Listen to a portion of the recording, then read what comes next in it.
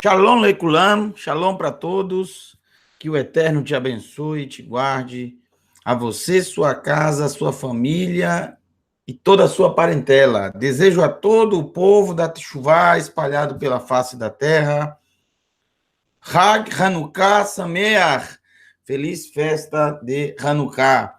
Que o Todo-Poderoso te abençoe e te guarde nesse momento, por ter se lembrado e estar reunido agora com a sua família, nesse momento que inicia o ciclo de Hanukkah, um ciclo de 8 dias, um testemunho que fazemos de um acontecimento maravilhoso. Aconteceu há muito tempo atrás, mas é uma história tão maravilhosa, é uma história de esperança, de amor, de fé, de amor ao Eterno, de tal maneira que o Eterno jamais deixou que essa história morresse, que essa história fosse esquecida. Uma prova disso é que milhares e milhares de pessoas ao redor do mundo, nesse momento, estão celebrando a festa de Hanukkah, estão acendendo as lâmpadas de Hanukkah, mantendo acesa, mantendo viva essa esperança do nosso povo, essa esperança que jamais morrerá, jamais, jamais. Ela prevalecerá para sempre. Não importam as circunstâncias, não importa os impérios que se levantem sobre a terra, não importa as perseguições que aconteçam, o nosso povo vive e viverá para sempre. O povo da Teshuvá jamais abandonará os preceitos do Eterno e jamais nós vamos nos esquecer de todos os nossos irmãos que deram a sua vida para que hoje nós, a nossa família, com muita liberdade, com muita tranquilidade, possamos estar juntos nesse momento testemunhando, estudando a Escritura, estudando a Torá, aprendendo os ensinos do Eterno. Isso só é possível porque houve no passado homens e mulheres que deram a sua vida por isso, que manteram acesas essas chamas, que manteram acesas essas lâmpadas. As lâmpadas da menorá simbolizam, na verdade, são 8 lâmpadas, 9 com a lâmpada serva, a shamash. Elas representam a nossa confiança, a nossa fé, o nosso amor, a nossa generosidade, a nossa humildade e o nosso apego ao Eterno e à sua palavra. Agradeço a todos que estão reunidos nesse momento. No nosso vídeo possui nas informações um link que você pode baixar para poder acompanhar e poder ter acesso a toda essa programação que nós vamos ver agora, tá bom? Que o Eterno te abençoe nesse momento, que ele fale ao teu coração, alegre-se nesse instante, alegre-se nesse momento, porque a partir desse momento, algo muito bem simples para o que realmente merecia esse momento, mas assim são as festas, os encontros marcados do Eterno, simples, feitos por pessoas simples, mas pessoas que amam ao Todo-Poderoso, que amam a Adonai, que jamais se esquecem de tudo aquilo, de toda a história do nosso povo. A história do povo da Teshuvá, do verdadeiro povo do Eterno, um povo que ama realmente Adonai ao longo da história, um povo que abriu mão de riquezas, que abriu mão de status, que abriu mão, inclusive, da própria vida, para deixar marcado na história um recado, um testemunho para gerações futuras, que ao ver esses testemunhos, essas histórias, pensaram, Se eles deram a sua própria vida, se eles sofreram tanto por isso, se eles se apegaram, se eles morreram por isso, por que eu não posso ser um pouquinho perseguido? Por que vou desistir agora? Por nada. Por causa deles, a chama, essa chama, essa lâmpada continua acesa nos corações. Eles deixaram essas lâmpadas acesas para nós. Eles já não estão mais conosco. Eles já morreram. Mas a história deles nunca morrerá. Porque nós nunca deixaremos. E vocês que estão agora reunidos, seja lá onde estiverem, seja lá em que local estejam, tanto do Brasil como do mundo, não importa.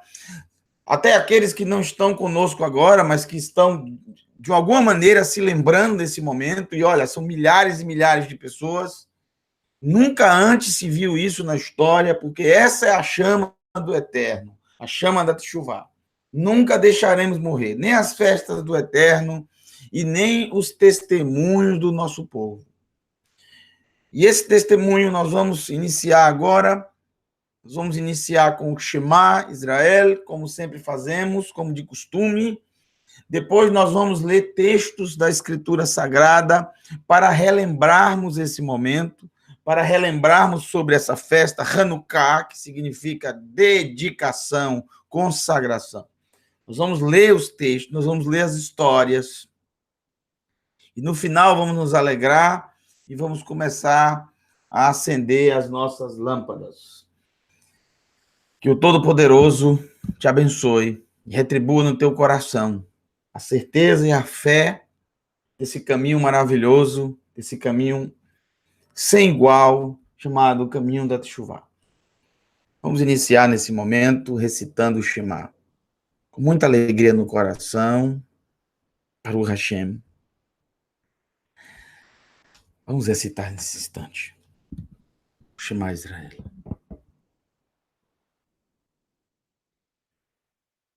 Shema Israel, Adonai Eloheinu, Adonai Echad.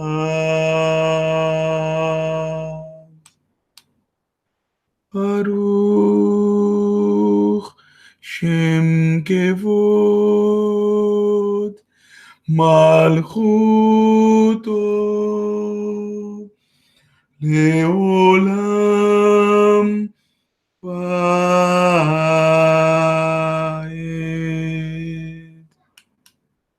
ואהבת את אדוני אלוהיך בכל לבבך ובכל נפשך ובכל מאודיך.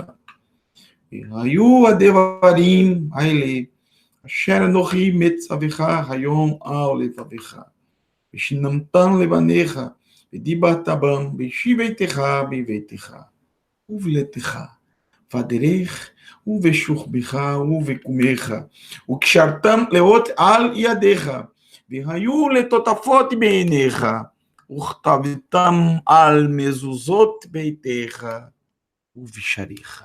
Ouve, ó Israel, o Eterno nosso Elohim, o Eterno é um.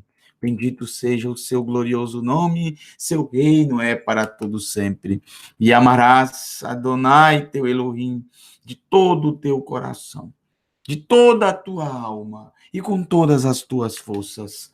E essas palavras que hoje te recomendo estarão permanentemente no teu coração e as ensinarás diligentemente aos teus filhos.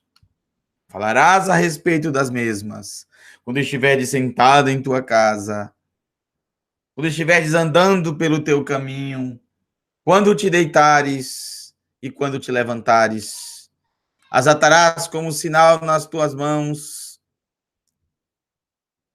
serão por frontais entre os teus olhos, e as escreverás nos umbrais de tua casa e nas tuas portas. Amém! Baruch Hashem. Elohim Melech Neeman. Elohim é rei fiel. Hag Sameach. Feliz festa para todos. Hag Hanukkah Sameach. Feliz festa de Hanukkah para todos vocês. Vamos dar prosseguimento, fazendo a primeira leitura da noite de Hanukkah. Hanukkah inicia com essa profecia que literalmente se cumpriu durante o período dos Macabeus. Ela está no profeta Daniel, capítulo 11, do verso 30 ao verso 35. Nós vamos ler nesse momento. Agirá de modo violento contra a aliança sagrada, demonstrando favor por quem abandonar a aliança sagrada. Forças armadas virão à sua ordem e profanarão o santuário e a fortaleza. Elas abolirão a oferta queimada diária e estabelecerão a abominação que causa desolação. Essa abominação foi a imagem de Zeus, o Deus supremo dos gregos. E esse que agiu de modo violento contra a Torá, contra a aliança sagrada, esse que aboliu a oferta queimada diária, ou seja, aboliu os serviços dos sacerdotes, profanou o santuário, porque passou a sacrificar porcos ao invés dos animais puros descritos na Torá, foi o Antíoco Epifânio, chamado no livro dos Macabeus de o iníquo, o homem do pecado. Antíoco Epifânio, um dos 4 que receberam o reino que foi dividido em 4 após a morte de Alexandre o Grande. Corromperá com lisonjas, com presentes. Quem agir com impiedade contra a aliança, contra a Torá. Mas o povo que conhece o seu Elohim permanecerá firme e prevalecerá. Quem dentre o povo tiver discernimento, fará o restante do povo entender os acontecimentos. No entanto, por um momento, eles cairão vitimados pela espada, pelo fogo, pelo exílio e pela pilhagem. Quando eles tropeçarem, quase não receberão ajuda. Contudo, muitos que se juntarão a eles serão falsos. Mesmo algumas pessoas providas de discernimento tropeçarão, para que algumas delas sejam refinadas, purificadas e limpas, pois o fim virá no tempo designado. Baruch Hashem. Bendito seja o Todo-Poderoso. Essa é a profecia sobre um acontecimento terrível que acontecerá em Jerusalém. E isso aconteceu categoricamente, com todos os detalhes que estão contidos nessa profecia de Daniel, capítulo 11, do verso 30 ao verso 35. Nós vamos ver isso quando nós começarmos a ler trechos do livro dos Macabeus. Os Macabeus é um livro apócrifo, ele não está no cânon da escritura, mas não quer dizer que é um livro falso ou que não tem valor nenhum. Muito pelo contrário.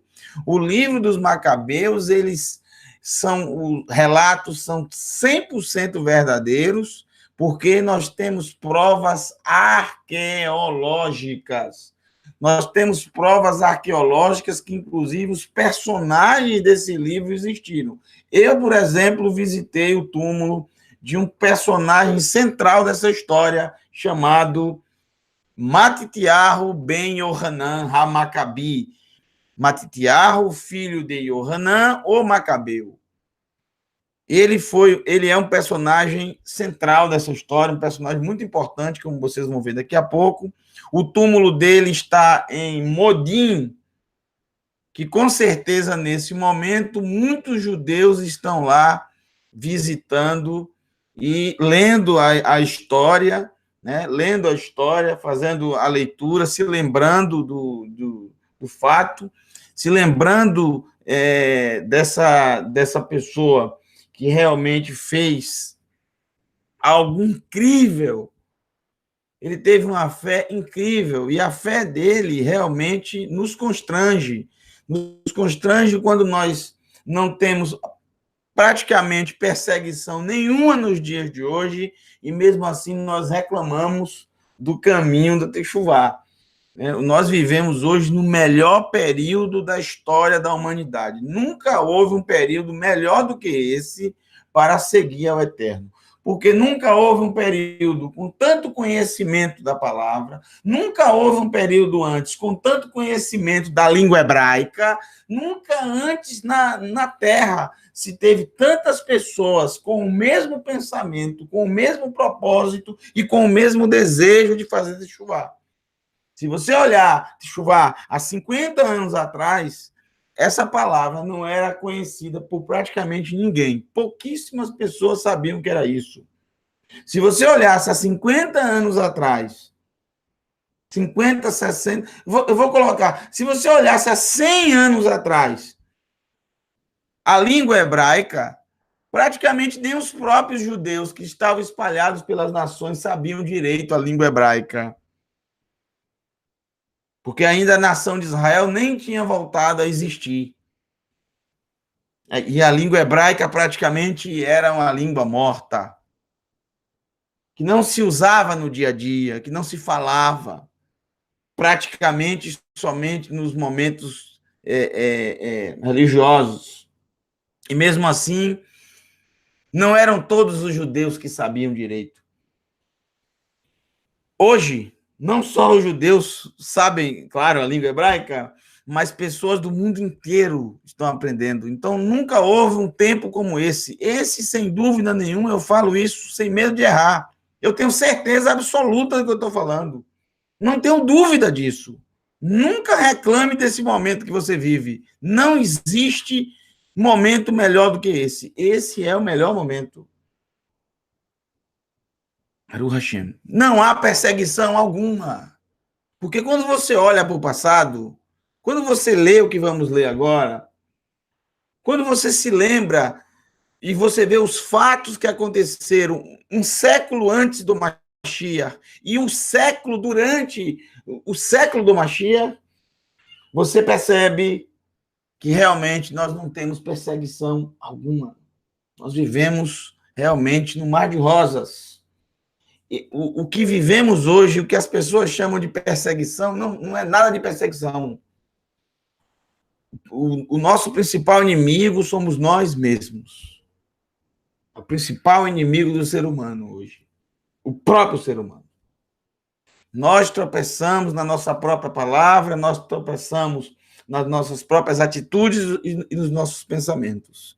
Então, vamos ler também um trecho, antes de começarmos a ler o livro dos Macabeus, né? Apesar de ser apócrifo, é um livro 100% verdadeiro. Por que ele é apócrifo? Porque quando aconteceu o período dos Macabeus, foi um período em que não havia profetas que falavam por intermédio do Eterno. Aquele período de 400 anos. Então, por causa disso, nenhum livro que foi produzido durante esse período é considerado inspirado pelo Eterno. Mas não quer dizer que o que está escrito não é verdadeiro. Por exemplo, esse evento é super verdadeiro. Tanto que hoje nós estamos testemunhando sobre ele. Ele é super verdadeiro. É tão verdadeiro que em Yohanan, capítulo 10, verso 22 e 23, João, capítulo dos escritos nazarenos, que também são escritos, né? Assim como no livro dos Macabeus são escritos. Veja, Yohanan, capítulo 10, verso 22 e 23. Vayehi bimei ha-Hanukkah bimei ha-Horef, inverno, de Jerusalém. Chegou o tempo de Hanukkah, era inverno em Jerusalém. Sempre é inverno quando inicia a festa de Hanukkah. Hanukkah sempre acontece no inverno, porque o acontecimento de Hanukkah foi justamente no inverno, no dia 25 de Kislev, que é justamente o dia que nós estamos agora após o pôr do sol. É uma festa que não era por obrigação as pessoas subirem a Jerusalém, diferente de Pessah, diferente de Shavuot, a festa das semanas, diferente de Sukkot, a festa das cabanas. Mas veja, Vat terhalech Yeshua bebeit Hamikdash Beulam Shilomo. E caminhava Yeshua na área da casa da santidade, ou seja, no templo, pela colunata de Shilomo. Então, mesmo sem obrigação nenhuma de sair da Galil ou da Galileia, andar mais de 100 quilômetros, no inverno, não tinha obrigação nenhuma de estar em Jerusalém, ele não morava em Jerusalém, tá? Ele fez questão de estar presente como um testemunho, porque essa festa realmente é uma festa que vale a pena se lembrar dela. E ele estava justamente no lugar aonde um século atrás havia acontecido esse grande milagre. Como sempre falamos no final da festa, da festa de quando se termina a comemoração do dia de Hanukkah, nós sempre falamos no final, Nes Gadol Haya Sham. Um grande milagre aconteceu ali. Estava Yeshua caminhando justamente ali, onde aconteceu um grande milagre. E agora, depois de termos visto a profecia de Daniel, depois de termos visto o único relato com o nome Hanukkah registrado na Bíblia, que é esse que vocês acabaram de ver, é o único relato, está nos escritos nazarenos.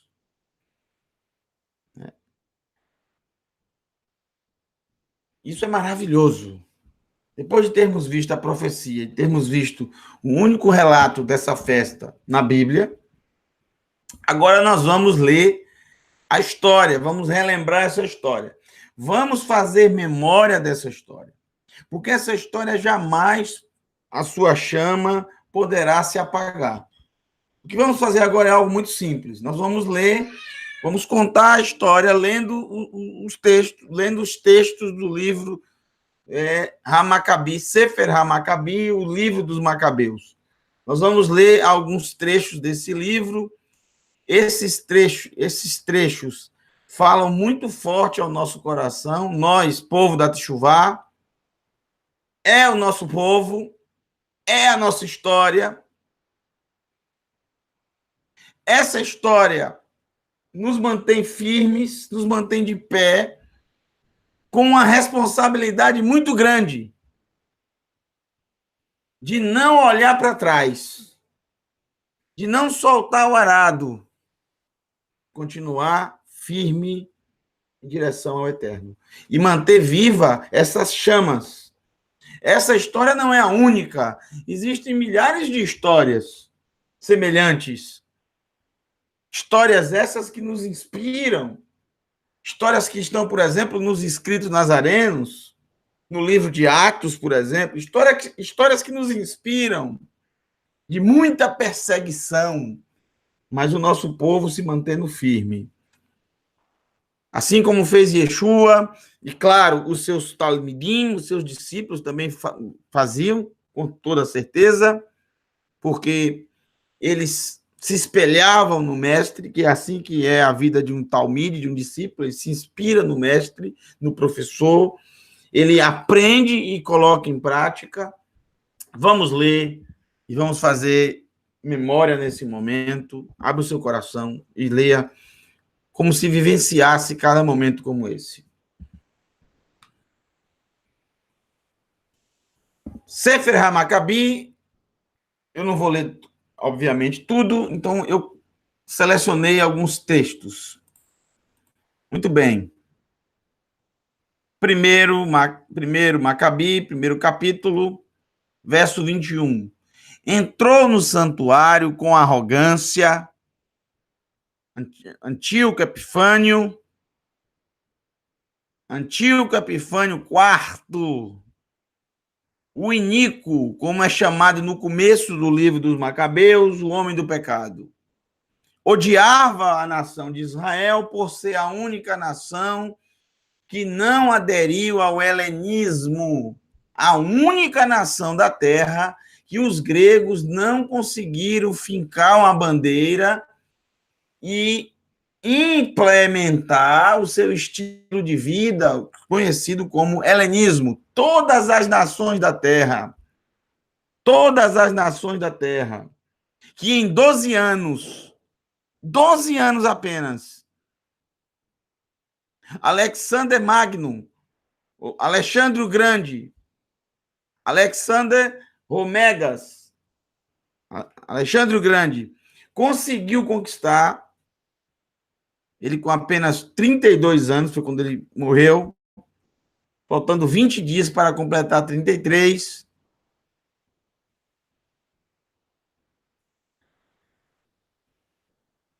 Uma nação, eles não conseguiram estabelecer o helenismo, abraçar a cultura grega, a nação de Israel. Por isso, o Antíoco Epifânio odiava tanto essa nação. E eles descobriram o motivo. O motivo era a Torá, os ensinamentos, as instruções, os mandamentos do Eterno. Apoderou-se do altar de ouro e da menorá com seus acessórios. Também levou a mesa da apresentação dos pães, a shulchan, a mesa da lechem panim, do pão da presença, também conhecido como o pão da proposição. As vasilhas para as libações, os copos e as taças de ouro, o véu e as coroas, e toda a decoração de ouro que estava na fachada do templo. Tudo ele saqueou. Tomou a prata, o ouro, os vasos preciosos e os tesouros ocultos que encontrou. Arrebatando tudo consigo, regressou à sua terra após massacrar muitos judeus e pronunciar palavras arrogantes. Houve grande luto em Israel, em todo o seu território. Gemeram príncipes e anciãos, moças e jovens perderam o vigor. Alterou-se a beleza das mulheres. Então, perceba que acontece justamente o que está no livro do profeta Daniel, no texto que lemos. Todo esposo entoou lamentações. Ficou de luto a que estava no leito nupcial, a que estava na noite de núpcias. A terra tremeu por causa dos seus habitantes e toda a casa de Jacob se cobriu de vergonha. 2 anos após, Antíoco enviou um oficial a cobrar o tributo nas cidades de Yehuda, Judá. Chegou ele a Jerusalém com uma numerosa tropa. Dirigiu-se aos habitantes com palavras pacíficas, mas astuciosas, nas quais acreditaram. Em seguida, lançou-se de improviso, como disse lá no profeta Daniel, muitas pessoas falsas, com palavras pacíficas, mas astuciosas, nas quais muitos acreditaram. Em seguida, lançou-se de improviso sobre a cidade, pilhou-a, como também está descrito no livro do profeta Daniel, seriamente, e matou muita gente, ou seja, derramou muito sangue. saqueou-a, incendiou-a, destruiu as casas e os muros em redor da cidade. Seus soldados conduziram ao cativeiro. Eles tinham um exército poderosíssimo. Era um exército grego dividido em 4 partes. Mas não importa se foi dividido todo o exército em 4 partes. Esse 25% do exército grego era poderosíssimo. A nação de Israel não tinha chance alguma. A nação toda não tinha chance alguma contra eles. Seus soldados conduziram ao cativeiro as mulheres e as crianças e apoderaram-se dos rebanhos. Cercaram a cidade de Davi com uma grande e sólida muralha, com possantes torres, tornando-se assim ela a sua fortaleza. No livro também de Daniel, cita essa profecia, que eles tomariam a fortaleza, ou seja, a cidade estava completamente tomada pelo exército de Antíoco Epifânio. Instalaram ali uma guarnição brutal de gente sem Torá, de gente sem o ensino do Eterno. Fortificaram-se aí e ajuntaram armas e provisões, reunindo todos os espólios do saque de Jerusalém, também descrito no profeta Daniel. É algo assim que se cumpriu milimetricamente, palavra por palavra. Ali os acumularam, constituíram desse modo uma grande ameaça, serviram de cilada para o templo, e o inimigo constantemente incitado contra o povo de Israel, derramando sangue inocente ao redor do templo e profanando o santuário, exatamente também como descreve o profeta Daniel. Por causa deles, os habitantes de Jerusalém fugiram e só ficaram lá os estrangeiros. Jerusalém tornou-se estranha a seus próprios filhos e estes a abandonaram. Seu templo ficou desolado como um deserto. Um evento semelhante acontecerá no ano 66 do primeiro século da Era Comum, culminando assim na destruição do templo no ano 70. Algo muito parecido. Seus dias de festa se transformaram em dias de luto. Seus sábados em dias de vergonha. E a glória em desonra. Quanto fora ela honrada, agora foi desprezada. E sua exaltação converteu-se em lamento. Então, o rei Antíoco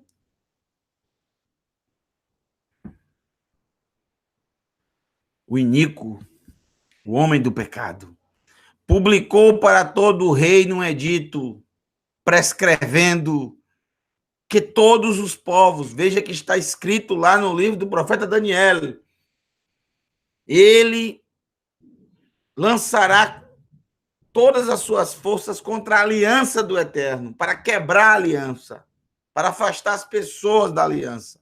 É o que está escrito aqui. Publicou um edito para todo o reino, prescrevendo que todos os povos formassem um único povo e que abandonassem a sua Torá. Em particular, todos os gentios se conformaram com essa ordem do rei.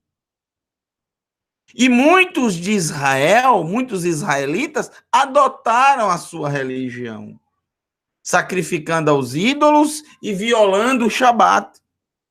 Muitos com medo até de morrer. Por intermédio de mensageiros, o rei enviou a Jerusalém e às cidades de Jeruda cartas prescrevendo que aceitassem os costumes dos povos da terra,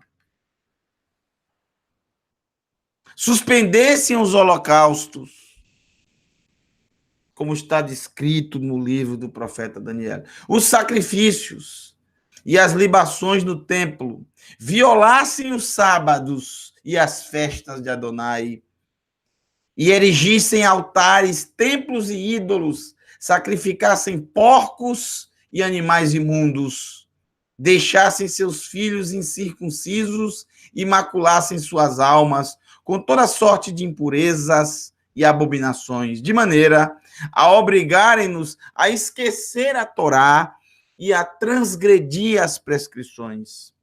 Todo aquele que não obedecesse à ordem do rei seria morto. É por isso que eu digo que não há momento melhor do que esse na história.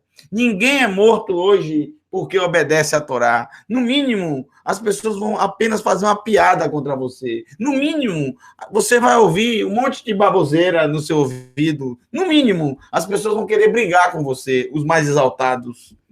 Mas isso aqui, gente, é algo sem precedente. Isso nós nunca experimentamos, isso, nunca. Nós nunca experimentamos isso. O mundo não experimenta isso hoje. Não. Vivemos a melhor época da humanidade. E por isso essas histórias não podem morrer, porque são os nossos irmãos que vivenciaram isso.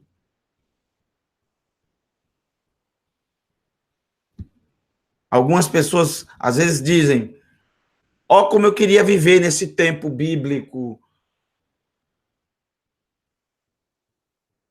Leia e veja o que aconteceu nesse período, se realmente era bom para você. Que se você reclama de hoje, do mundo que você vive hoje, do mundo livre que tem hoje, olha, repensa um pouco quando você lê essas coisas. Foi nesse teor que o rei escreveu a todo o seu reino, nomeou comissários para vigiarem o cumprimento de sua vontade pelo povo e coagirem a cidade de Yehuda, uma por uma, a sacrificar os porcos, abandonar a Torá. Elas estavam correndo risco de vida.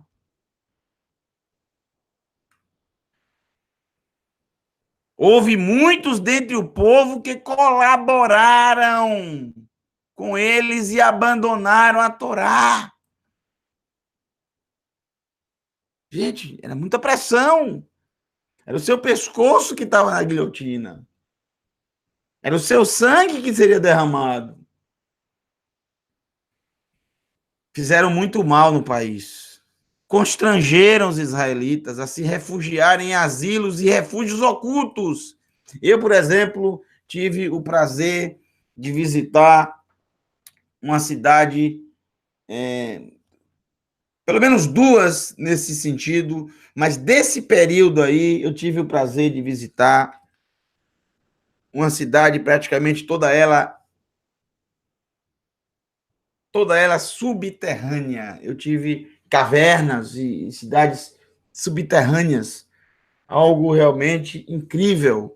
Um local chamado Beit Guvrin, um lugar realmente incrível. E é desse período também. É do período, inclusive, do rei Nebuchadnezzar, Nabucodonosor, quando muitos de Yehuda se esconderam debaixo da terra para não serem levados para Babel, para a Babilônia.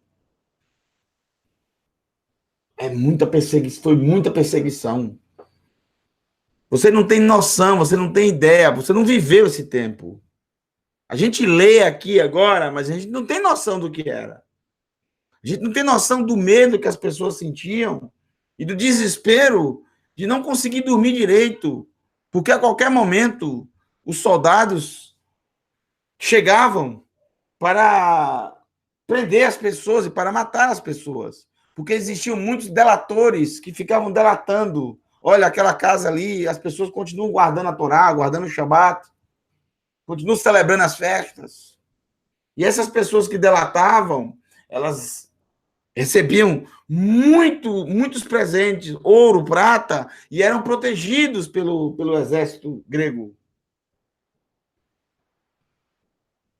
Isso vai voltar a acontecer em várias épocas da humanidade, inclusive durante a Inquisição, o período negro da história, a Idade das Trevas, a Idade Média.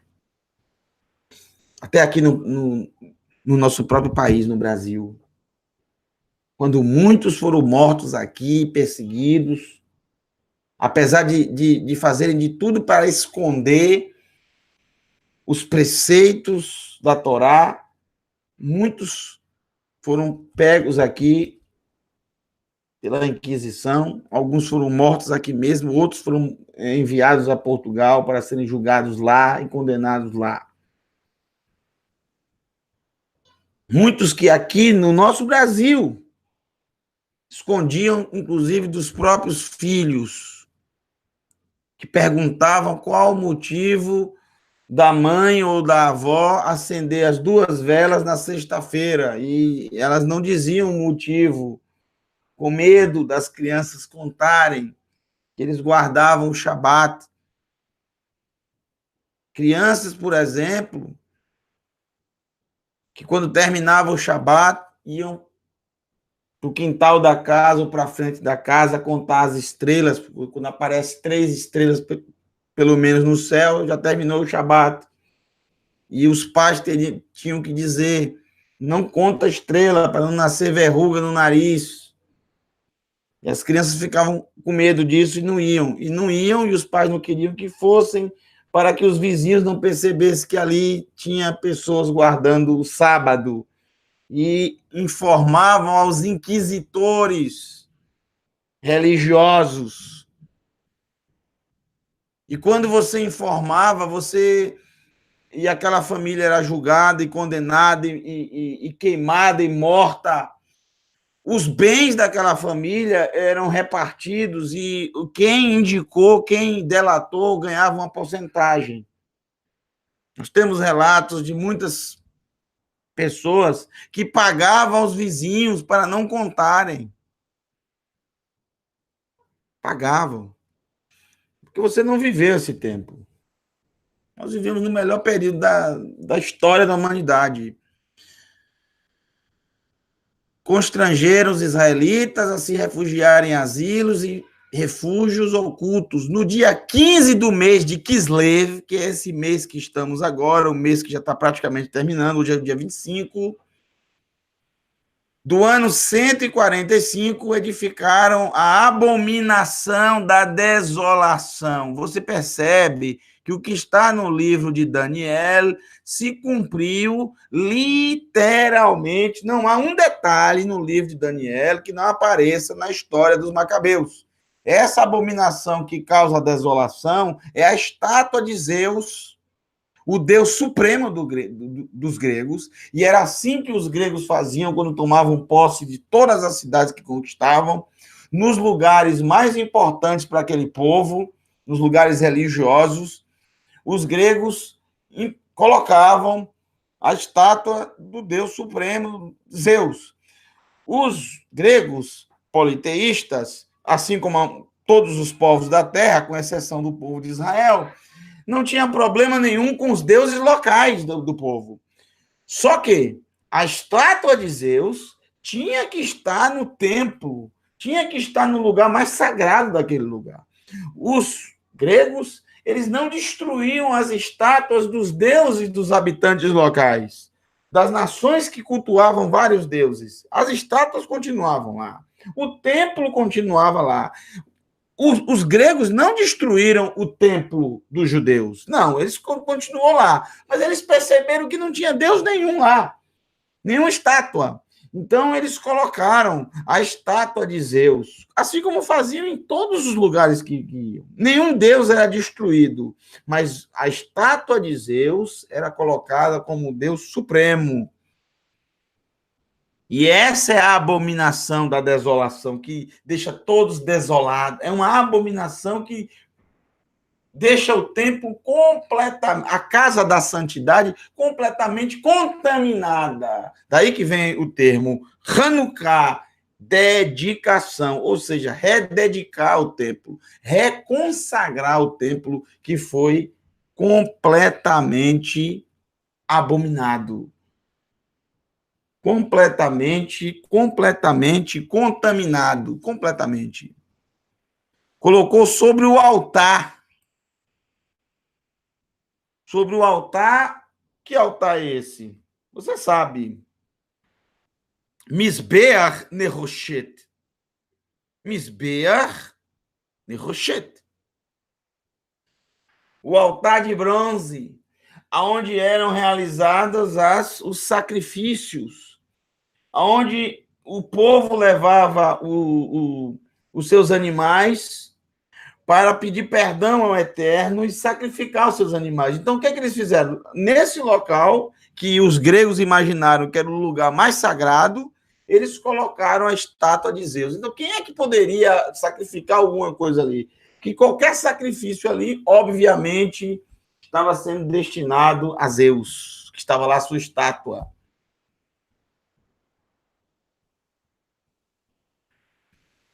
Mas não só lá, eles também construíram altares em todas as cidades circunvizinhas de Yehuda e também foram colocando as suas imagens de escultura. Em toda parte, todo aquele em poder do qual se achava um livro do testamento, um rolo, um sefer, seja ele um livro da Torá, ou dos profetas, ou dos ketuvim, dos escritos, ou todo aquele que mostrasse gosto, apego à Torá, morreria por ordem do rei. As mulheres que levavam seus filhos a circuncidar, no 8º dia, né, eram mortas conforme a ordem do rei, ainda com seus filhos suspensos aos seus pescoços, porque eu tinha apenas 8 dias de vida. Massacravam-se também seus próximos, os seus parentes que estavam ali junto, e os que tinham feito a circuncisão,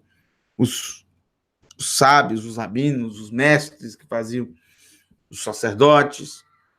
Numerosos foram os israelitas que tomaram a firme resolução de não comer nada que fosse impuro e preferiram a morte antes de se manchar com os alimentos contaminados, os alimentos que o Antíoco exigia. Assim como na Inquisição, os cristãos novos que eram obrigados a se converter ao cristianismo para não serem queimados na fogueira, eles tinham que mostrar exteriormente que eram cristãos, mas dentro de casa continuavam praticando os mandamentos da Torá, continuavam guardando o Shabat. Mas eles tinham que mostrar que realmente tinham se convertido, que eram realmente cristãos novos, por isso eles tinham que participar da missa, eles tinham que ir para as reuniões. Isso eu estou falando é história, é história. Está registrada na história. São vários historiadores. Infelizmente, não é muito divulgado nos livros de história. Eles tinham que ir às missas, aos cultos, acho que é missa que chama, né? E aí, no final, se não fossem para a missa e percebessem que eles não estavam indo, isso era sinal que eles não estavam apegados, eles não tinham se convertido de fato. E para comprovar totalmente que eles haviam realmente se convertido, no final dessas missas, sempre se colocava na saída um leitão assado, ou seja, um porco assado, para que todos que saíssem comessem um pedaço.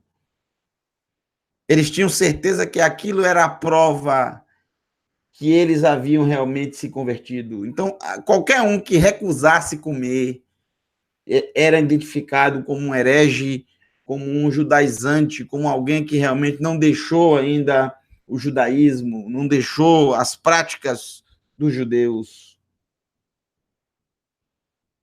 Aqui no Brasil, por exemplo, se criou um termo chamado judiar. Judiar, ou seja, fazer o que o judeu faz. Isso é uma conotação ruim. Você está judiando de mim, você está fazendo o que o judeu faz, coisa ruim. Isso é uma coisa muito antiga, existe séculos e séculos atrás, quando aqui realmente existia uma grande perseguição, durante a Inquisição. Aqui também é a mesma coisa, você vê algo muito antigo, os métodos são os mesmos repetidos ao longo da história. Eles obrigavam as pessoas a comerem porco. E aqueles que se recusavam, obviamente, os que se recusavam continuavam guardando a Torá. Muitos, numerosos foram os israelitas, e são esses que trazem para nós um testemunho maravilhoso. Foram numerosos israelitas que tomaram a firme resolução de não comer nada que fosse impuro e preferiram a morte antes que se manchar com alimentos. Não quiseram violar a Santa Torá e foram trucidados. E pergunto, vivemos ou não vivemos na melhor época da história? Hoje, aonde eu chego, eu decido o que eu quero comer. Você decide o que você quer comer. Se você disser, eu não vou comer porco, você não come porco. Ninguém te obriga a você comer porco. Eu só como o que a Escritura diz para eu comer. E se você disser isso e colocar isso na sua vida, tranquilamente você pode viver. Quando eu falo algo, eu vivo algo. Quando eu estou falando aqui para vocês sobre isso, sobre a questão da alimentação, eu vivo antes de falar. Eu não falo antes de. Eu não estaria falando aqui se eu comesse porco, ou se tivesse na minha casa alguma coisa derivada de porco. Eu não estaria falando aqui para vocês agora. Eu vivo isso. E o que eu estou dizendo a vocês é isso. Não há problema algum. Se você chegar hoje e disser, eu não como porco, ok, maravilha. Não há problema. Não há problema nenhum você chegar hoje e dizer, olha, eu não como nada, nenhuma carne misturada com leite, por favor, eu não como assim. Não há problema, não há problema. Qualquer lugar que você for e falar isso, não há problema nenhum. As pessoas nem te criticam por isso. Nem te criticam por isso. É uma liberdade incrível. Veja o que foi nessa época. Os que se recusaram a comer foram trucidados, foram mortos. Caiu assim em Israel uma imensa cólera. A coisa esquentou, sabe? Foi horrível. Tribulação horrível. Terrível. Nós vivemos no melhor período da história. Não reclame, nunca reclame disso. Quando você faz isso, você desonra os nossos irmãos que viveram e vivenciaram tudo isso, que deram a sua vida, que foram trucidados. Isso é um testemunho para mim e para você. Isso me constrange. Isso me deixa constrangido. Constrangido. Eu não consigo, quando eu ouço alguém dizer que vive hoje, a humanidade vive o pior período, eu não consigo. Como é que pode a pessoa falar isso? Ela não conhece nada de história, então. Porque não viveu isso aqui.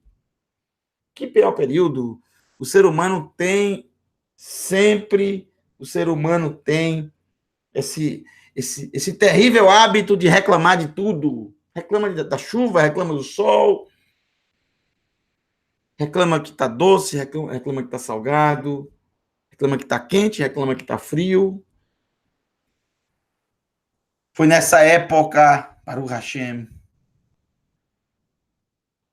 eu tenho a felicidade de dizer a vocês que eu estive nesse lugar, em Modim. Encontrei o túmulo de Matitiarro, filho de Yohanan. Isso é um testemunho, realmente aconteceu. As pedras contam a história. Isso não é uma invenção, aconteceu. Por isso estamos lendo agora. Porque se não tivesse acontecido, se fosse uma história falsa, ela não sobreviveria a tanto tempo. Ela não atravessaria os séculos. Ela não atravessaria os séculos. Na verdade, 2 milênios ela atravessou. E hoje você está lendo aqui essa história. Olha quanto tempo passou. Porque o Eterno não permitiu que essa história morresse. Esses homens morreram, mas não a história. Não o testemunho. Não o amor pela Torá. Não o amor pelo Eterno. Ele era filho de Yohanan, filho de Shimon, sacerdote da família de Ioriv, que veio de Jerusalém se estabelecer em Modim. Ele saiu de Jerusalém por causa da contaminação do templo e da perseguição. Matitiarro e seus filhos rasgaram as suas vestes, cobriram-se de sacos e choraram amargamente. Sobrevieram enviados do rei Amodim para impor a apostasia e obrigar a sacrificar. Impor a apostasia, ou seja, colocar a estátua de Zeus, porque eles começaram a ver que os sacerdotes estavam saindo de Jerusalém, mas continuavam fazendo os mesmos serviços em outros lugares. Claro que isso foi uma coisa completamente... foi um ato desesperado daqueles que queriam manter acesa ainda o ofício de Corrêne, esperando que o templo fosse novamente, por um milagre, um grande milagre, rededicado, e todos os inimigos saíssem de lá. Somente um grande milagre. A nação de Israel não tinha exército, a nação de Israel não tinha poder algum, estava completamente, a sua própria capital estava completamente tomada e arrasada e queimada. Tinha mais estrangeiros do que os próprios israelitas. A era davídica, a era de ouro, quando Israel dominou as nações ao redor, acabou. Já não tinha mais os exércitos. A era de Yehoshua, que com a sua fé no eterno conseguia vencer as batalhas, não passa longe, não há mais os líderes, aqueles que não há mais os valentes de Davi. Passou essa época, Israel estava completamente destruído, arrasado, totalmente dividido, com muitos, inclusive, aderindo esse novo estilo helenístico, até por medo de morrer. Por isso, eles rasgaram as suas vestes e ainda, apesar disso tudo, ainda vieram soldados, até Modim. Muitos dos israelitas uniram-se a eles, mas Matitiarro e seus filhos permaneceram firmes. Muitos dos israelitas se uniram ao Antíoco Epifânio, ao povo da terra, que agora era moda se tornar um heleno, se tornar um grego, se tornar né? Aderir ao helenismo. Matitiarro e seus filhos permaneceram firmes. Em resposta, disseram-lhe os que vinham da parte do rei: vocês possuem nesta cidade notável influência e consideração. Os teus irmãos e teus filhos te dão autoridade. Vem, pois, como primeiro a executar a ordem do rei, como o fizeram todas as nações, como fizeram os habitantes de Yehuda. E os que ficaram em Jerusalém, serás contado, tu e teus filhos, entre os amigos do rei. A ti e aos teus filhos, o rei vos honrará, acumulando-vos de prata, de ouro e de presentes. Vocês ficarão ricos, vocês terão status, vocês serão amigos de um dos homens mais poderosos do mundo. Matitiarro respondeu-lhes: essa chama, gente, não pode apagar no nosso coração. A chama que estava em Matitiarro, Ben Yohanan, a chama que estava em cada homem da Teshuvá, da história do nosso povo. História essa que a história comum, secular, quer apagar, quer esconder. Jamais conseguirá. Enquanto existirmos, enquanto existir um servo do Eterno, nunca se apagará. Matitiarro respondeu: ainda mesmo que todas as nações que se acham no reino do rei o escutassem, de modo que todos renegassem a fé de seus pais, e aquecessem as suas ordens, eu e meus filhos e meus irmãos perseveraremos na aliança concluída por nossos antepassados. Que o eterno Rei de todo o universo nos preserve de abandonar a Torá e os mandamentos. Eu me lembro também de Yehoshua. Eu não sei vocês, eu não sei os seus filhos, eu não sei os seus parentes, eu não sei a sua tribo, mas eu e a minha casa continuaremos servindo ao eterno Rei de todo o universo, Criador de todas as coisas.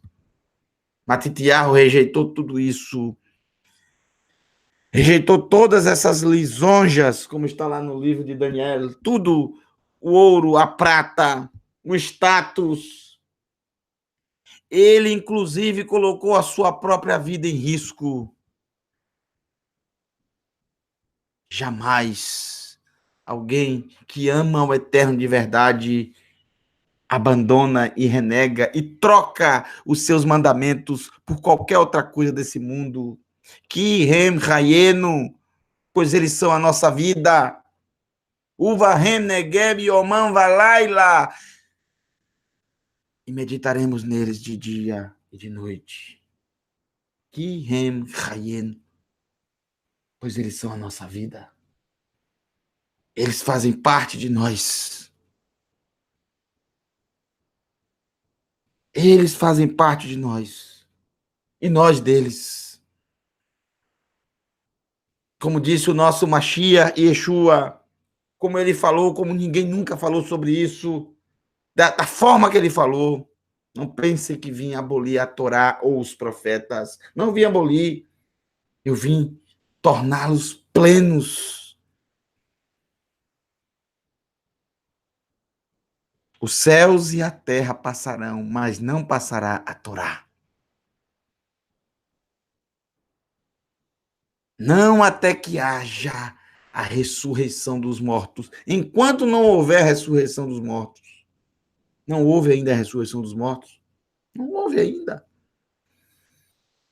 Então, enquanto não houver a ressurreição dos mortos, nem um Iud e nem um Codes da Torá passará. Porque no mundo vindouro, muitos dos mandamentos da Torá você não vai poder cumprir no mundo vindouro, né? Muitos dos mandamentos da Torá não poderão ser cumpridos no mundo vindouro. Só você pensar em, por exemplo, não coma carne de porco. No mundo vindouro não vai ter carne para se comer. Nem vamos comer qualquer tipo de carne. Só vamos comer frutos da árvore da vida. Um fruto a cada mês, como descreve o livro de Revelação.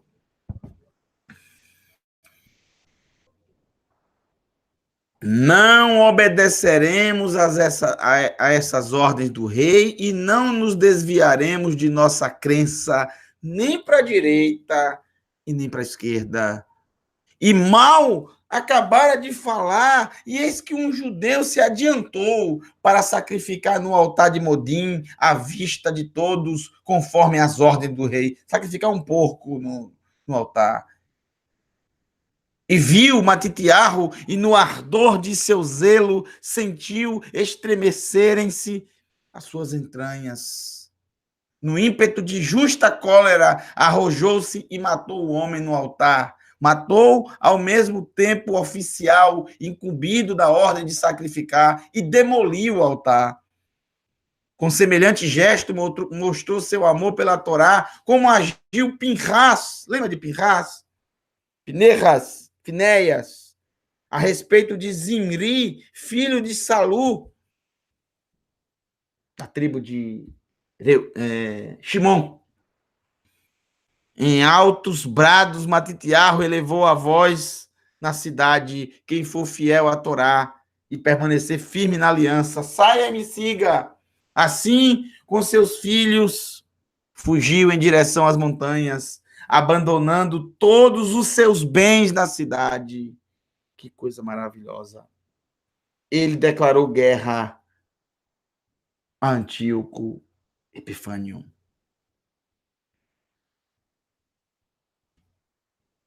A gente olha para trás da história Se estivéssemos nesse momento, a gente podia dizer que homem louco, como ele faz isso, ele não tem chance alguma. Eu pergunto, aquele que ofereceu tantas coisas para Matitiarro ben Yohanan, aquele que ofereceu ouro, prata, porque ele tinha muito, ele tinha demais, porque saqueava das nações, porque era um dos 4 homens mais importantes da terra, mais poderosos da terra, melhor dizendo. Ele tinha o que oferecer. E o que ele tinha para oferecer era justamente isso, o que o mundo tem para oferecer até hoje: riquezas, status, poder. Mas não tem a palavra do Eterno, não tem a Torá. E é isso que permanece para sempre. Porque eu pergunto, cadê Antíoco Epifânio? Você não sabe nem onde é o túmulo dele. Ninguém sabe. Ele se matou com vergonha da derrota. Cadê ele? Aonde está ele? Quem fala dele? Ele só é falado por causa dessa história. Senão ninguém comentava sobre ele. Tal foi a sua derrota terrível, amarga, vexatória.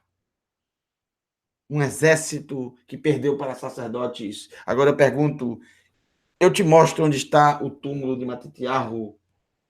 Ele existe. O seu nome ficou na história. E nunca será apagado. Nunca.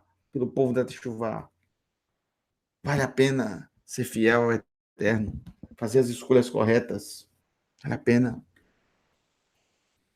Você quer que seu nome atravesse os séculos? Você quer que seu nome permaneça para sempre? Nunca abandone o Criador. Não troque o seu nome eternamente nas mãos do Eterno por punhados de ouro e prata. O que é isso? Ante a eternidade que nos espera, ante o mundo vindouro que nos aguarda. Como disse Yeshua, a traça e a ferrugem corroem. Mas se nós depositarmos o nosso tesouro no mundo vindouro, se a nossa esperança for o mundo vindouro, o Olam Rabá, Baruch Hashem, isso sim vale a pena. Nunca lá a traça, nem o ferrugem, nem os ladrões podem roubar. Ninguém pode tirar de você aquilo que está no seu coração. Ninguém pode tocar no seu coração. Ninguém. Só você.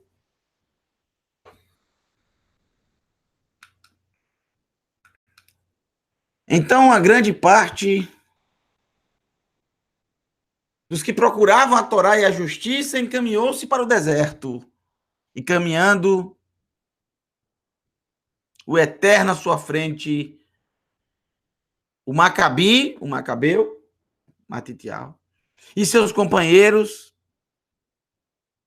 retornaram ao templo e à cidade. Logo, demoliram, isso após a grande vitória que eles tiveram, demoliram os altares, 3 anos e meio depois. Demoliram os altares, foram 3 anos e meio de grande tribulação. Demoliram os altares construídos pelos estrangeiros em praça pública, bem como seus oratórios. Depois, tendo purificado o templo, levantaram um novo altar para os holocaustos, extraindo a centelha das pedras, para que nem um pedacinho das estátuas estivesse lá. Tomaram do fogo assim obtido e ofereceram sacrifícios. Após uma interrupção de 2 anos, ofereceram também o incenso e as lâmpadas e fizeram a apresentação dos pães. Feito isso, prostraram-se por terra e suplicaram ao Eterno que nunca mais os deixasse cair em tão grandes males. Caso voltasse a pecar, fosse por ele corrigidos com moderação, mas sem serem entregues às nações blasfemas e bárbaras. Assim, Na data em que o templo tinha sido profanado pelos estrangeiros, na mesma data, nesse mesmo dia, aconteceu a sua purificação. Ou seja, presta atenção, foi no mesmo dia que foi profanado, também foi no mesmo dia que foi rededicado. A saber, no dia 25 daquele mês, o mês de Kislev. Exatamente esse momento que você está vivendo.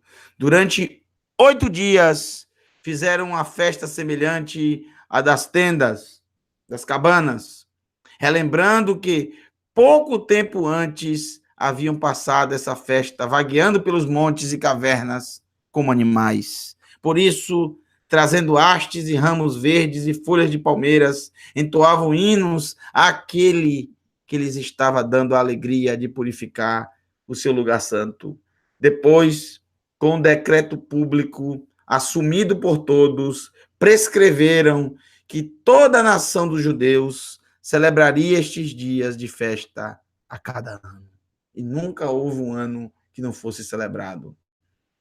No Talmud Shabbat, no Talmud Shabbat 21b, descreve após as forças de ocupação terem sido retiradas do templo, os macabeus entraram, os macabeus, para derrubar as estátuas pagãs e restaurar o templo. Veja se tem alguma coisa hoje com o nome Antíoco Epifânio pelo mundo. Se tem algo comemorativo dele pelo mundo. Nada. Agora vá a Israel e veja quantas coisas tem com o nome dos macabeus. Lá mesmo, eu mesmo já tive a oportunidade de ficar num grande clube, hotel, ao mesmo tempo, clube de futebol, de basquete, tênis, chamado Hamacabi, lá em Ramat Gan, um lugar realmente fantástico. E lá o nome Hamacabi, os Macabeus, o Macabeu, ou seja, eles foram honrados e são até hoje em vários lugares e várias partes de Israel. Agora eu pergunto, e Antíoco Epifânio, olhe para a Grécia hoje, o que é, não é nada. Acabou o império, só ficaram as ruínas. Só ficaram as ruínas e a história ali, com o testemunho somente, mas não é nada mais. Quem prevalece para sempre são todos aqueles que continuam apegados, que amam ao eterno de fato. Esses permanecem para sempre, porque permanece no seu coração a Torá do Eterno, que, como disse Yeshua, jamais passará. Eles descobriram que a maioria dos itens ritualísticos haviam sido profanados. Eles buscaram óleo de oliva, porque o templo não poderia voltar a funcionar se a lâmpada da menorá não estivesse acesa. Nem o Mishkan, na época, o tabernáculo, nem o Beit Hamikdash, com a construção por Shilomô, e posteriormente, quando foi destruído, pelas mãos de Ezra, Nehemiá e todos que se juntaram a eles, o templo só poderia voltar a funcionar, qualquer atividade só poderia voltar a funcionar se a menorá estivesse acesa, como está na Torá, como prescreve a Torá, ela tem que estar acesa continuamente. Mas, naquele dia, que era o mesmo dia, 25 de Kislev, que 3 anos e meio atrás havia sido profanado,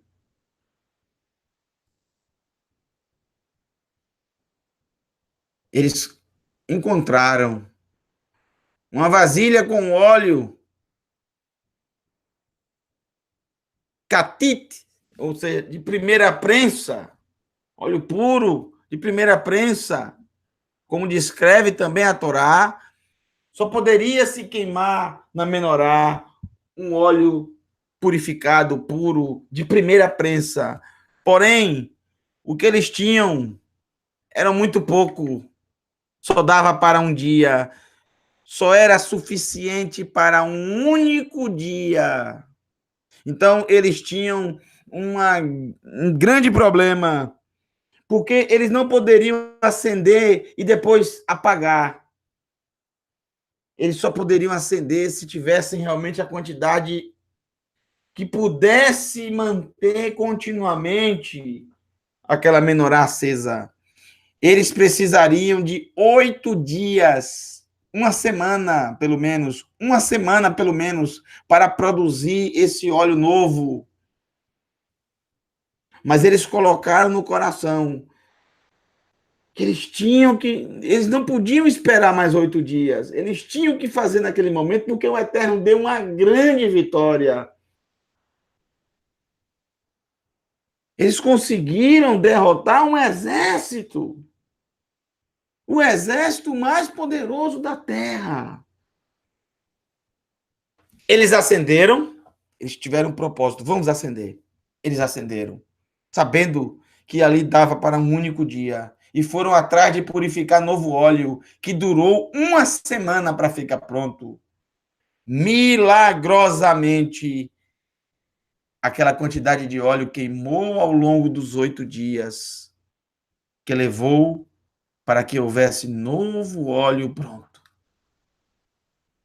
É a razão pela qual os judeus acendem uma vela a cada noite do festival. Talmud Shabbat 21b.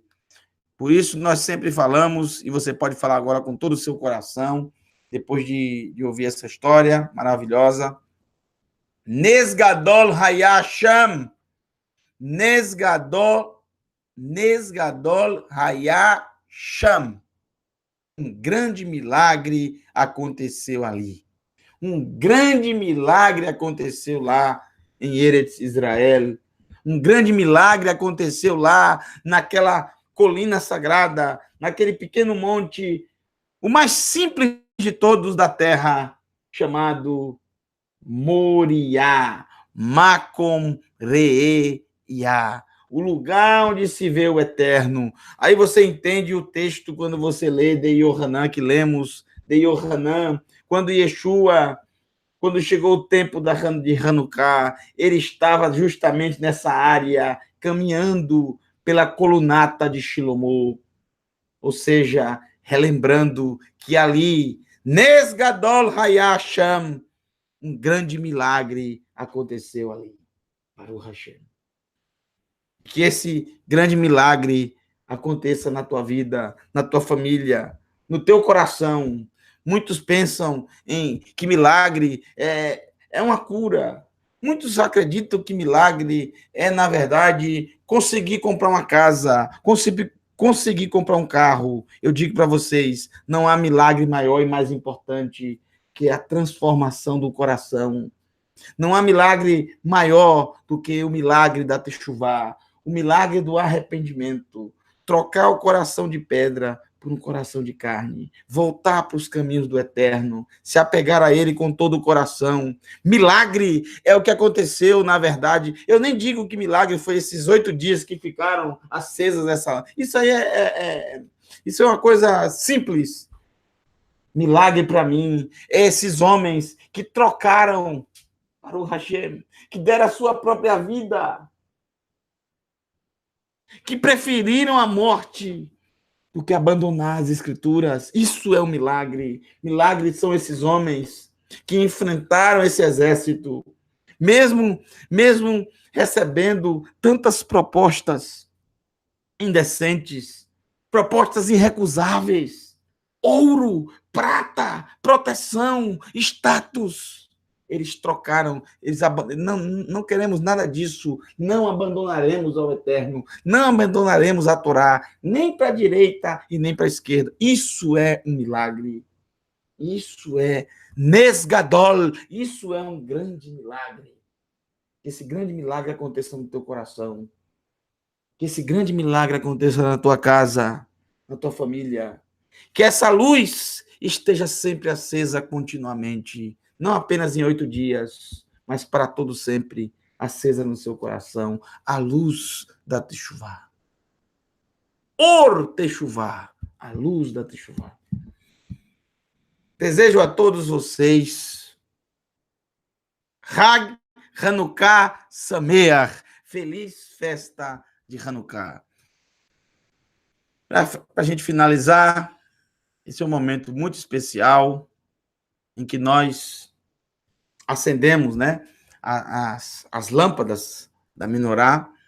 Você tem 8 dias a contar agora para acender as 8 lâmpadas, representando, fazendo uma bonita referência, uma linda referência a essa história maravilhosa, desses 8 dias em que o óleo que para apenas um dia, que dava para apenas um dia, manteve acesa a menorá por 8.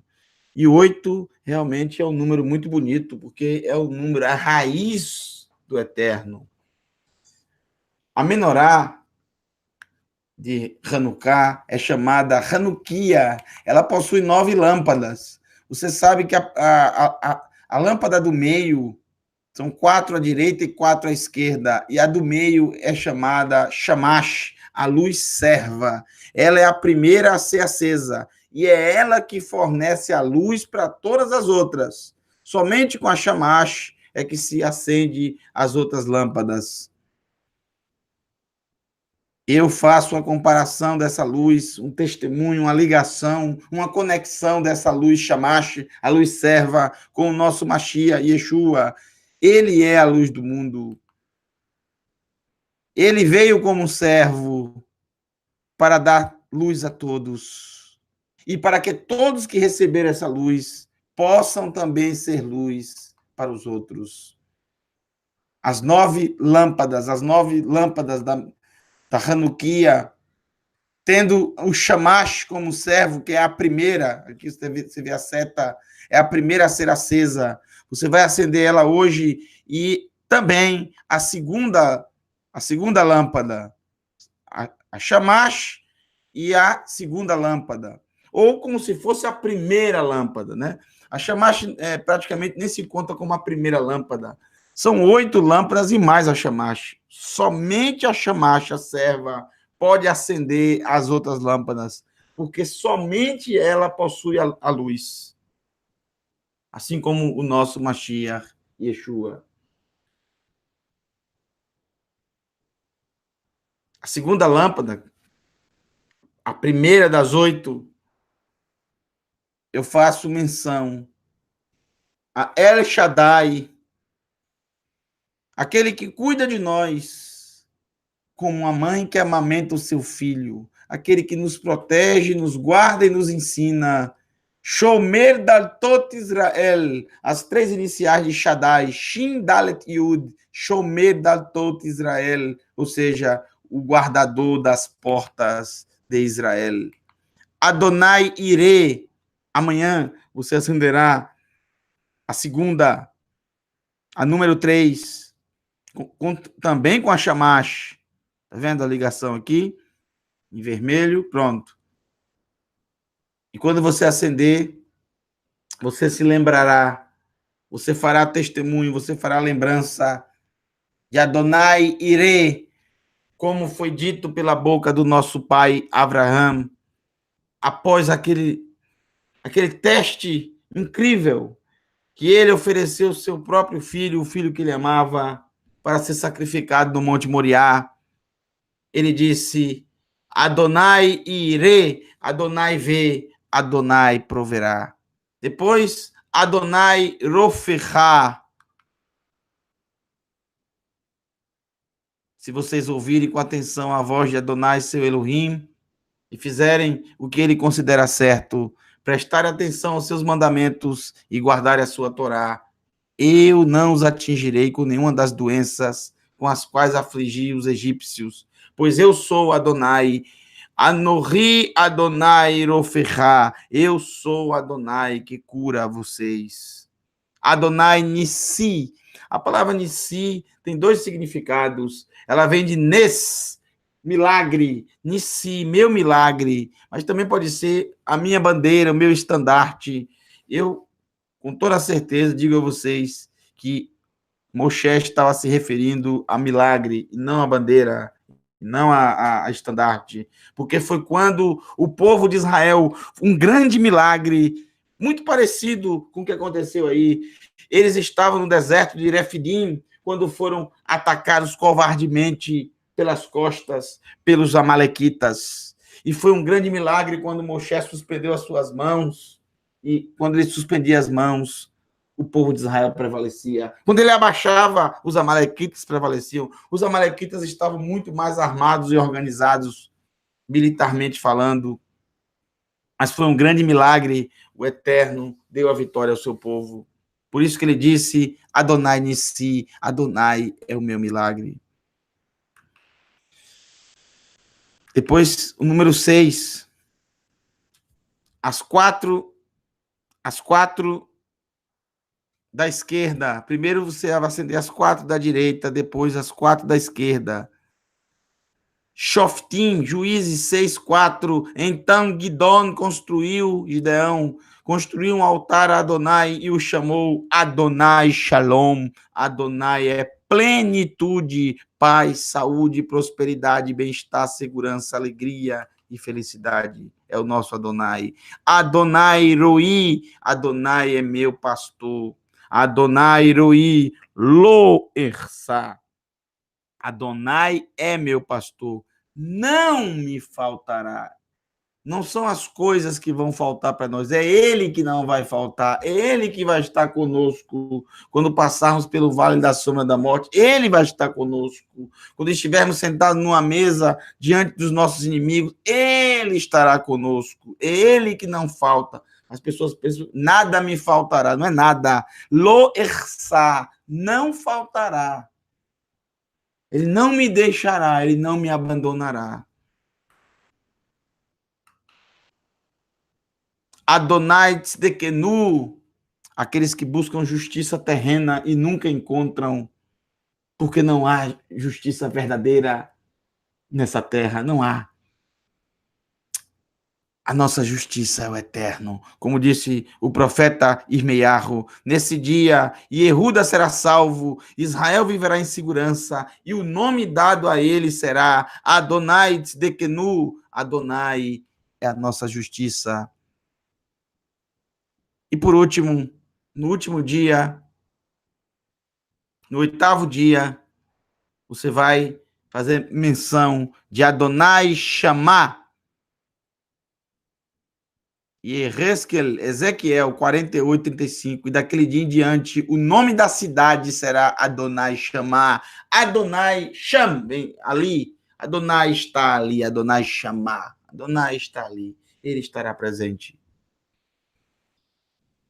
Essa é a nossa sugestão. Quando vocês forem acenderem as lâmpadas, vocês devem recitar uma bênção, uma sugestão que eu faço, que eu coloquei no começo do chat, uma bênção que é muito tradicional para as mulheres que acendem as lâmpadas no Shabat, as 2 velas no Shabat. Vocês vão se lembrar, a única coisa que muda é que em vez de você falar Shabat, você vai falar Hanukkah. A única coisa que muda. Baruch atah Adonai, Eloheinu melech haolam, asher kideshanu, bemitzvotav, vetzavanu, lehadekner, shel, já ia falando Shabbat, shel Hanukkah. Abençoado sejas tu, Adonai, nosso Elohim, Rei de todo o universo, que com teus mandamentos nos tem santificado, que nos santifica nos teus mandamentos, que com os teus mandamentos nos tem santificado, ao pé da letra, que nos santifica nos teus mandamentos, e nos ordenaste acender a lâmpada da Hanukkah. Então, você recita essa bênção e você pode acender, junto com a sua família. Uma coisa eu desejo a vocês do fundo do coração, com todo o meu ser, com toda a minha alma. Fé no cá para todos vocês. Que essas lâmpadas, que essa luz, a luz da Teshuvá, esteja acesa no teu coração continuamente.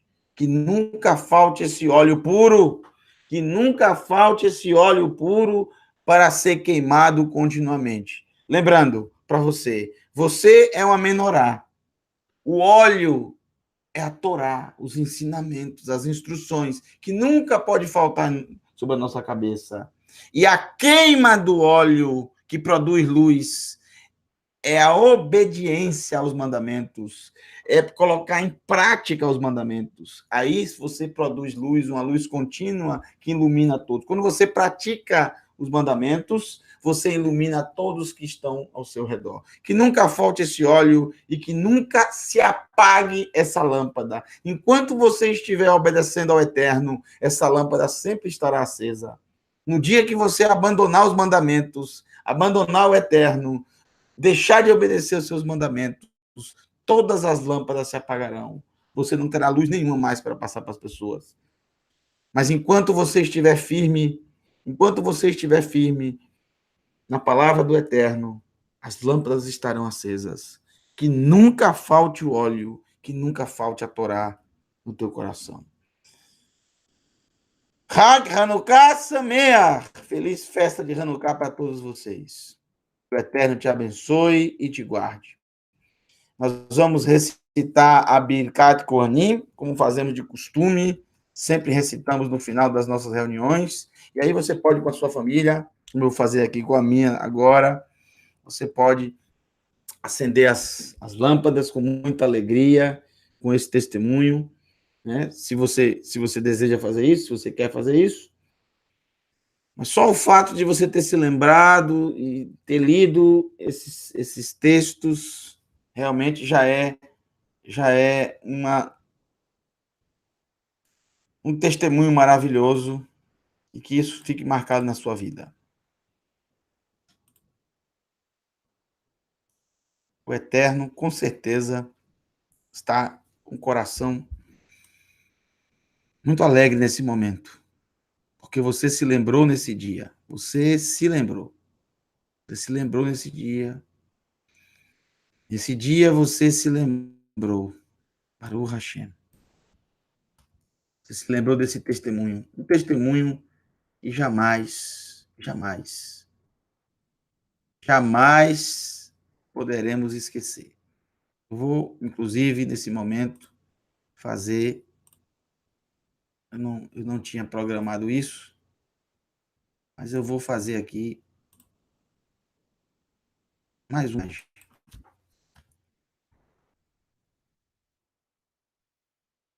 Antes de nós citarmos. Pronto. Baruch Hashem. Olha só. Antes de nós recitarmos a bênção, fazer essa homenagem. Olha só esse local de pedra, esse túmulo de pedras em Modim, justamente onde está enterrado esse nosso irmão que tanto nos inspira pelo seu amor às Escrituras e ao Eterno. Isso é um testemunho maravilhoso. Ele realmente existiu. Realmente essa história é verdadeira. Que você vê Matitiahu ben Yohanan, Matitiahu, o filho de Yohanan. Que você vê o local que o Eterno preservou e essa história nunca jamais morreu e nunca morrerá. Se não morreu até agora, é agora que não morre mesmo. Vamos recitar a Birkat Kohanim. Que essa bênção chegue ao coração e fortaleça o coração de todo o povo da Teshuvá, nesse primeiro dia de Hanukkah. Yevarechecha Adonai veishmerecha Yair Adonai panav elecha v'yiruneka Issa Adonai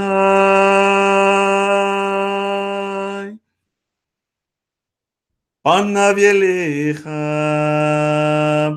veyasem lecha shalom.